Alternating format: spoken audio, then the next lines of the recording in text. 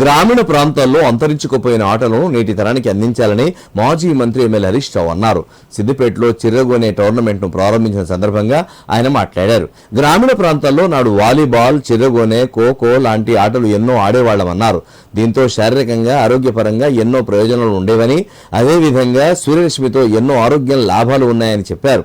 కానీ నేటి తరం అన్ని ఆటలు ఫోన్లోనే, ఆన్లైన్లోనే ఆడుతున్నారని, దాని వలన చిన్నప్పటి నుండే వ్యాధులు గురవుతున్నారని చెప్పారు.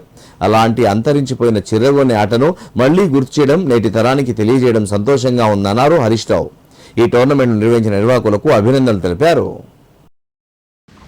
చిన్నప్పుడు గ్రామీణ ప్రాంతాల్లో 2 కట్టెలు చెట్టు కొమ్మలు ఇచ్చుకొని ఆడుకునే ఆట. దీనికి ఖర్చు లేదు, డబ్బులు పెట్టి కొనాల్సినటువంటి అవసరము లేదు. చిర్రగోనే అంటే చిన్నప్పుడు చాలా ఫేమస్.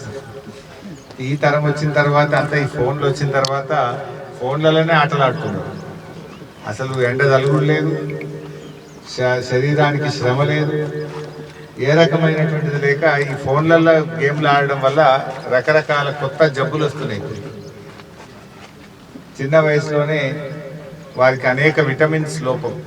ఎండతో, సూర్యరశ్మితో కూడా మనకు మంచి విటమిన్ వస్తుంది, ఫిజికల్ ఫిట్నెస్ వస్తుంది. గతంలో చిన్నప్పుడు ఎక్కువ ఏం ఆడేవాళ్ళు గ్రామీణ ప్రాంతాల్లో చూస్తే మీకు ఎక్కువ వాలీబాల్ ఉండేది, చిర్రగోన్ ఉండేది, కబడ్డీ ఉండేది, ఈవెన్ ఖోఖో ఉండేది. ఖోఖో, కబడ్డీ, చిర్రగోనే, వాలీబాల్, సీకులేసుడు, ఇవి ఒకప్పటి ఆటలు. పిల్లలు మంచిగా ఈత కొడుతురు, పెద్ద పెద్ద బాయిలలో ఈత కొడుతురు. ఇవి ఆనాటి ఆటలు. ఇప్పుడు అన్ని పోయినాయి, అంత ఫోనే.